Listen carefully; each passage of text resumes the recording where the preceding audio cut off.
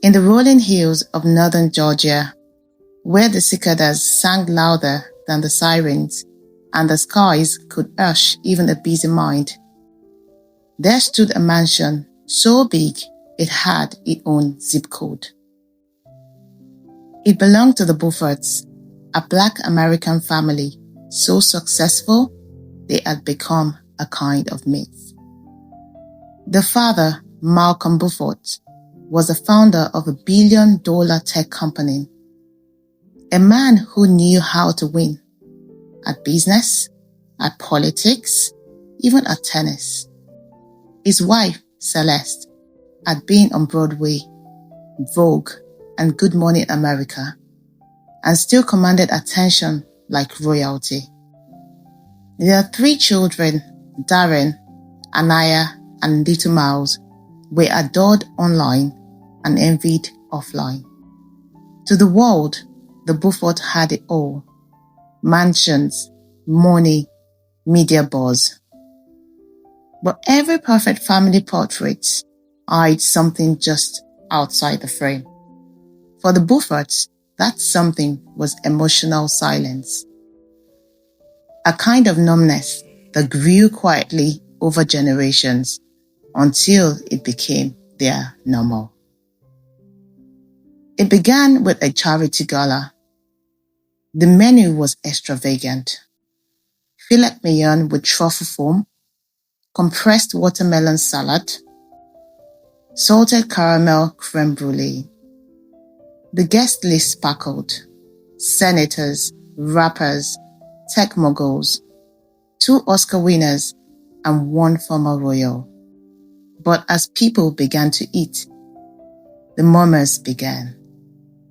This tastes flat. Where's the seasoning? Did they forget the salt on everything? The chef was devastated. He insisted he had seasoned to perfection. But a quick check of the pantry revealed something odd. No salt anywhere. Not in the kitchen, not in storage, not even the emergency stash used for cocktail rims. A full team of staff searched the mansion. The guests made awkward excuses and left early. The event, intended to raise money for children's heart programs, trended online for the wrong reasons. #saltless and senseless. The Beaufort family had never felt embarrassment like this. But what they felt even more deeply was familiarity. That night, Malcolm gathered his whole family in the study. No staff, no phones, just them. "It's the salt," he said. "It's us." Celeste slowly nodded. Darren stared at the fireplace. Anaya scrolled her phone until Miles gently took it from her and held her hand. The silence stretched like winter. They'd finally admitted what they'd long known, but never said anything about. Their family looked perfect on the outside, but inside, they hadn't felt anything real in years. Not sorrow, not joy, not warmth. They had learned to perform, to excel, to curate every aspect of their lives, but not to connect. Anaya said, "We don't fight, but we don't talk." Darren added, "We eat meals together, but never share anything real." Celeste whispered, "We stopped being a family and started being a brand." Malcolm surprised everyone the next morning. "We are taking a break." He cancelled his meetings. Celeste paused a new brand deal. The kids had to skip school, and for the first time in their lives, no one argued about it. They loaded their RV, originally bought as a tax write-off, and began driving. No itinerary, just the open road and each other. They drove through Georgia's back roads. Malcolm tried to teach Miles to read a paper map. Miles responded by FaceTiming his friends until his dad took his phone and threw it into the glove box. They stayed in a small motel in Alabama because a thunderstorm flooded the road. They had to share 2 rooms. Darren slept on the floor. Anaya cried from frustration, and no one told her to stop. At a roadside dinner, they met an older black couple who'd been married for 52 years. The couple asked how long they'd been married for. Malcolm said, 27 years. The man replied, "That's nice. How many of those years were happy?" That question sat with them. In Jackson, Mississippi, they stopped for a fresh produce and stumbled upon a community farm run by the Ezekiel family, a multi-generational black family rooted in food, hearth, and storytelling. The matriarch, Auntie Rowe, invited them to stay for a few days. "You look like you all haven't had a home-cooked filling in years." The Beauforts hesitated, but they stayed for a week. On the Ezekiel farm, Malcolm was asked to help build compost bins. He nearly fainted from the smell, but kept going. Celeste learned to cook collard greens the long way, not the Pinterest way. Anaya interviewed local women about food traditions and wrote their stories in her journal. Darren cleaned chicken coops with Ruth's cousin Percy, who didn't care how many followers he had. Miles ran barefoot with Eli Ezekiel, who taught him how to sit in silence and be okay with it. They rose early, they sweated, they laughed over cornbread and cried during domino games. Each night, they ate together, real food, slow-cooked, well-seasoned. With every meal, the flavor returned. So did the feeling. One night, an argument exploded. Darren yelled at Malcolm, "You raised us like employees, not kids." Anaya shouted at Celeste, "You care more about your image than how we are feeling." Celeste left the table in tears. Malcolm sat in silence. But the next morning, something beautiful happened. They didn't pretend it didn't happen. Instead, Malcolm apologized. Celeste asked for forgiveness. Anaya and Darren forgave and shared their fears. It wasn't perfect, but it was honest, and it was the first real family moment they'd had in a long time. Their final dinner on the farm was a potluck.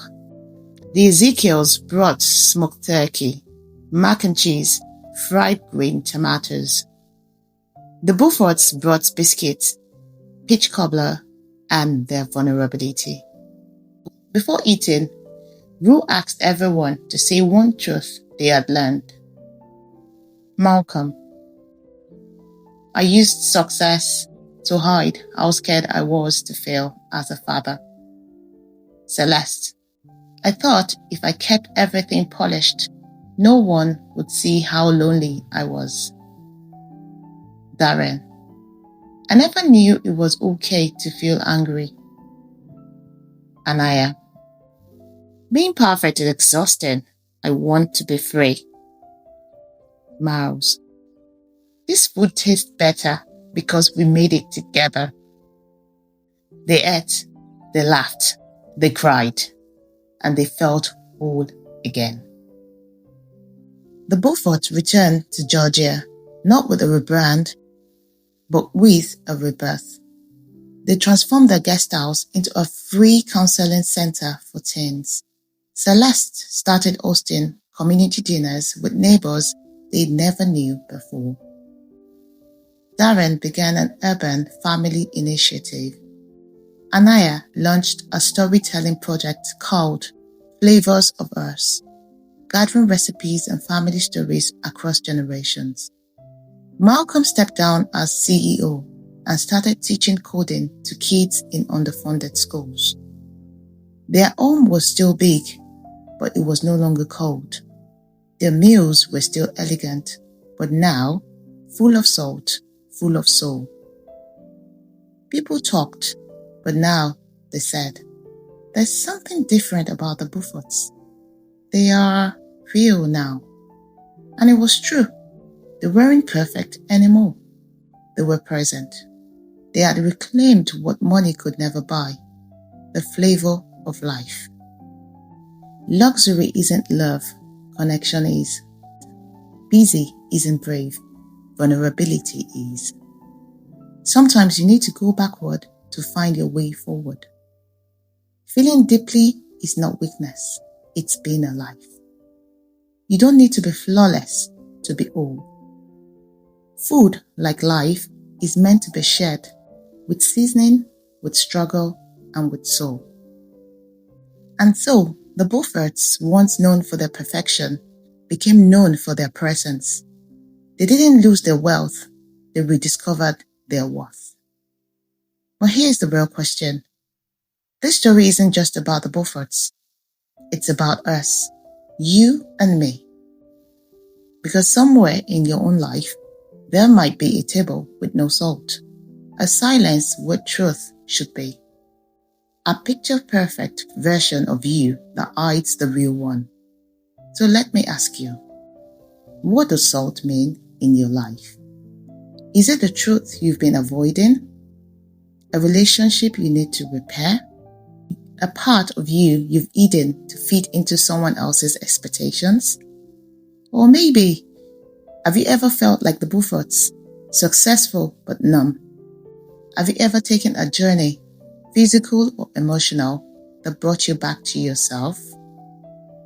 Drop your thoughts in the comments. Share a moment when life finally had flavor again.